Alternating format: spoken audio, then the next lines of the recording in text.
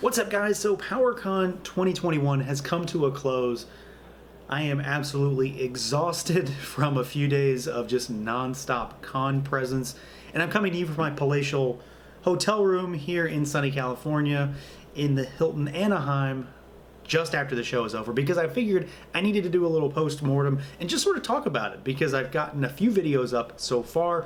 I've got the Super 7 walkthrough, the Four Horsemen walkthrough, and then just an overall walkthrough of everything you can kind of expect to experience here. But there's not a lot of commentary on that in terms of what's going to happen when you come, because frankly, if you're a MOTU fan, you just need to come. You need to be here and experience it. And this is kind of what I said the last time I did one of these 2 years ago, is that this is a very, very different kind of convention. It's certainly different from anything that I normally go to, because it's so hyper focused on one major thing, of course, being MOTU, but all sort of the adjacent properties. So, you know, it's very Turtles heavy, it's very Thundercats heavy, but it's always about MOTU and Princess of Power.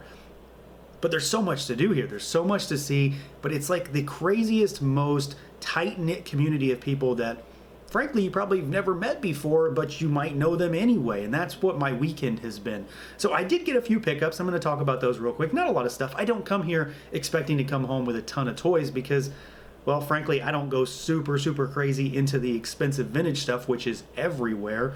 And when it comes to modern toys, I pretty much have all that covered. But there are some exclusives to talk about, so I'm going to do full reviews on these guys. But I got the Mythic Legions MOTU tribute figures. So these are two figures that are coming in the upcoming All-Stars 4, right? All-Stars 4. So this is the Stinkor tribute, so of course you know I have to get this guy, Mephitor.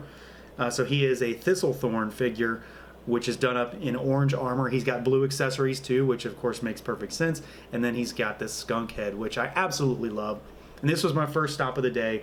On Saturday was to go to the Horseman's booth. And then we've got Bruffatus here, which is an orc that is flocked like Mossman. So there is very much a theme here. It's really weird to see a flocked Mythic Legions figure, but it works pretty well, and he's going to be an interesting addition to the shelf. I'm going to do full reviews on these guys once I get home, but they're definitely really cool. And of course, they did sell out as far as I'm aware, but they're coming in the All-Stars 4 wave. I also got the Mondo exclusive Filmation Hordak 1/6 scale figure. I mean, you'll see it here. I don't actually have it because it's just a pre-order thing, but I'm super excited about that. That was my second stop of the day, and then that was really it for toys. I didn't go for toys. Like I said, I didn't go for toys, but I also did go to get a few pieces of art, some stuff for me and then one thing for the kiddo.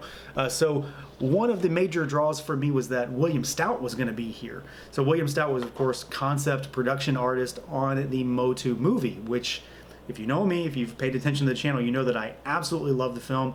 I love those designs. So I got some of his artwork, his prints, of course got him autographed. So got what would become Dolph Lundgren He-Man, of course, here, which looks very different from what the movie actually gives us.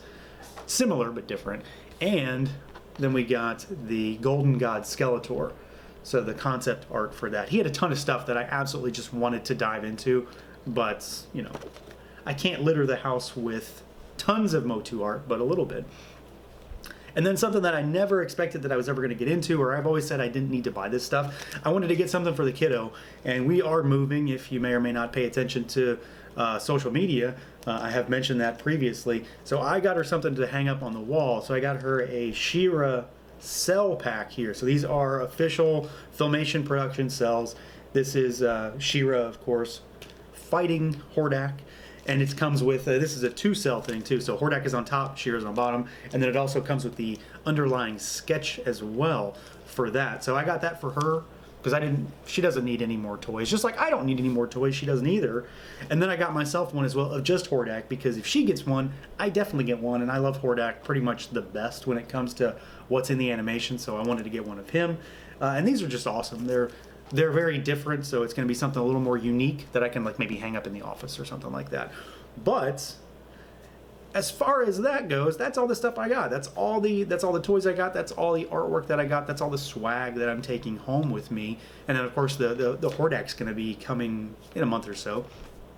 But really what this con is about is it's just like the experience. So I got to hang out with a lot of people that normally I wouldn't ever get to see. Got to hang out with Pixel Dan, got to hang out with Val Staples, got to hang out with a bunch of folks that I know, but I don't know, and I don't get to see, but I'm interacting with them on the internet, a lot. So it's about building those relationships and interacting with other fans.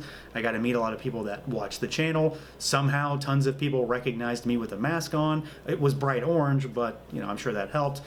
So things like that. I got to meet Toy Shiz, despite the fact that I had no idea what the guy looked like. We linked up, realized, hey, I've never actually seen your face before, and we linked up, so it was cool to meet him, and got to meet some of the folks from Super 7 finally, so Kyle, TJ, and Josh over at Super 7. Got to see the Horsemen again, got to talk to folks at Mondo, got to see folks from Mattel, despite the fact that Mattel wasn't technically here.